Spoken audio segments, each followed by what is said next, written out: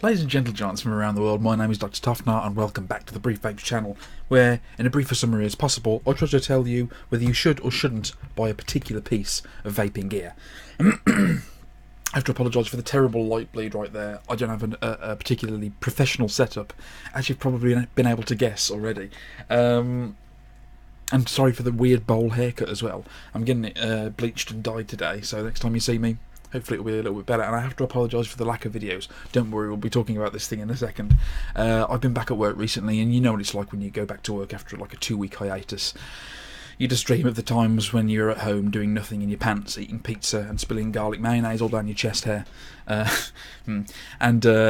it's just been like trying to get back into that routine and trying to find the time to do anything at all in terms of hobbies or whatever. So thank you for sticking with me, and I've seen increased support on the channel, and I'm forever thankful for that. So thank you very much. Today, let's get on to it. Today we're going to be talking about this. This is, let me find my mouse. This is the hotly anticipated, well, the hotly talked about Gaia RDTA. Look at this.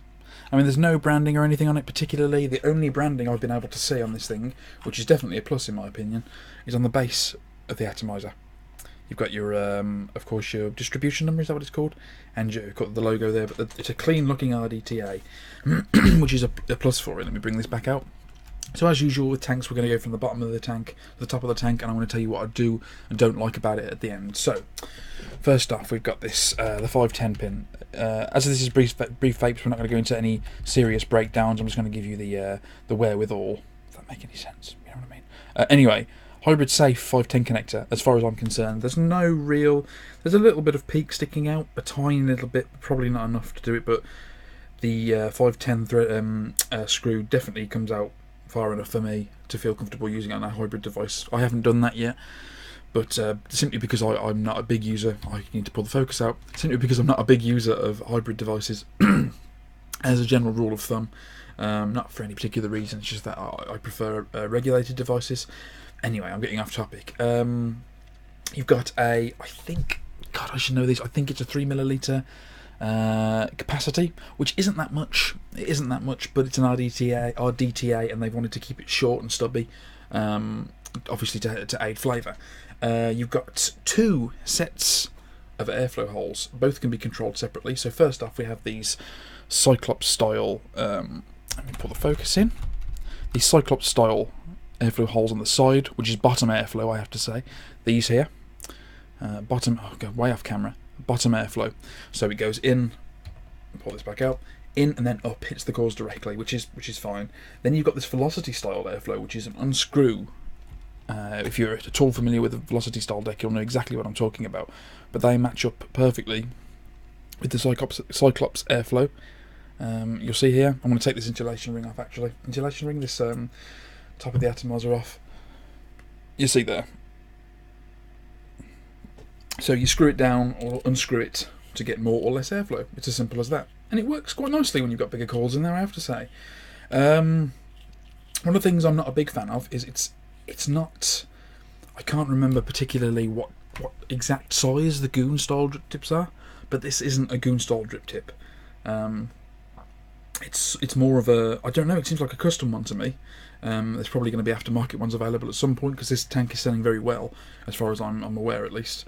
But at the moment you're going to have to stick with the Ultim one. But I like Ultim, and I think I've never met anybody or seen anybody who doesn't like Ultim, the feel of Ultim, and the sort of heat dissipation that Ultim provides, which is great.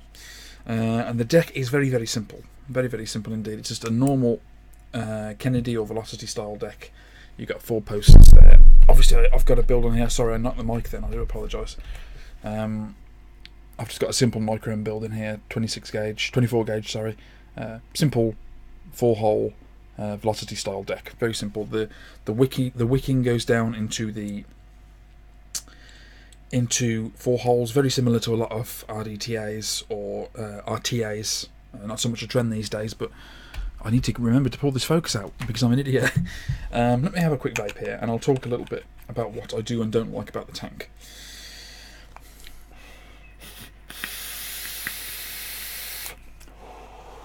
Okay, so a bit of an admittance here. I'm not the biggest fan of RDTAs, and straight off the bat, this thing hasn't convinced me otherwise. I think it's a very, very competent RDTA, and it's probably the best one I've used. I've tried the avocado when that first came out, when RDTAs were becoming a big thing. It was the avocado and the Limitless, the original Limitless, that really pushed them in the market. And the avocado I wasn't a fan of. I didn't like building on it. Sort of similar with the Limitless, but it was a velocity style deck, and it was very simple to build on, and very easy to wick, but I just didn't like the flavour from it. What have I tried since then? I've tried others since then, I just can't think of any. But you get what I mean. RDTAs, it's a very simple premise. You've got a tank underneath, the deck sits on top, the wick straight down into the tank, and the motion of taking a vape or tipping it upside down saturates the wicks, and you get saturated wicks from that, principally. And like I said, this is the best one I've used by a long shot. The flavour's really good because it's quite a stubby tank. You have a nice, not restricted airflow, but I'd say it's about as restricted as something like the Cosmonaut RDA, or something like the Avocado. Almost as restricted as that when you've got the top airflow closed, the side airflow, I should say.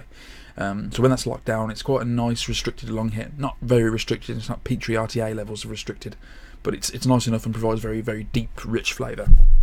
When you open the velocity style up, however, it becomes very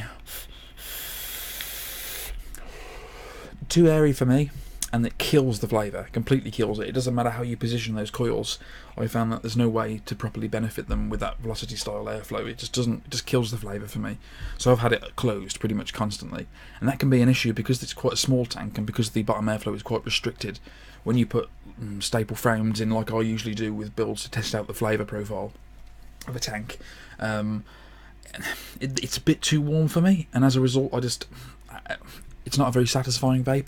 And whilst the flavour is good, I still think RTAs are much better than RDTAs. I think it's because the process of having wicks constantly draped in juice, as opposed to every so often they get a little bit of saturation, that provides better flavour for me. And I prefer, take something like the Kylin, which I have reviewed, but I took the review down, and I'm going to do a more in-depth one because it's one of the best tanks I've seen in a very, very, very long time. Probably the best RTA I've ever used. But compared to something like that, like it just, I don't get it. I mean, a lot of reviewers have been raving about this thing, and it's a good RDTA, and I don't want to take that away from it. And if you're at all interested, I'd say give it a shot. And if you're looking for an RDTA, I mean, I'm going to keep this. A lot of my gear I sell, but I've been looking for a decent RDTA for a while now, and this is definitely going to stay with me. But is it the best tank I've ever used? Is it the best flavour tank I've ever used? No, not by a long shot, in my opinion. And like I said, it's not bad. It isn't bad. It's not bad at all. But it's just not good enough to be in my heavy daily rotation. Like, I use it at night, say if I have enough mods now where I have a mod for each tank, and I'll always keep batteries in one of them. And this stays here for the night time when I've used everything else up. So this is my fallback tank, as it were, and my fallback mod now. And like I said, I like it, but I don't think it's the be-all and end-all of the building game, as far as I'm concerned.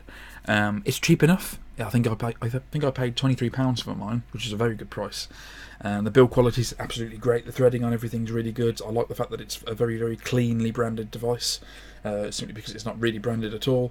I love the box. The box is quite unique. It's this sort of cotton, sort of braided material. Really, really nice. But yeah, I just don't think it's the be-all and end-all, but I don't think that's at all a put-down. Well, it is a put-down, obviously, but, you know, you get what I mean. If you're big into RDTAs, this is going to be your favourite RDTA, I've no doubt. But subjectively, RTAs are still up there for me in terms of, if I'm looking to build something and get monstrous flavour, I'll chuck framed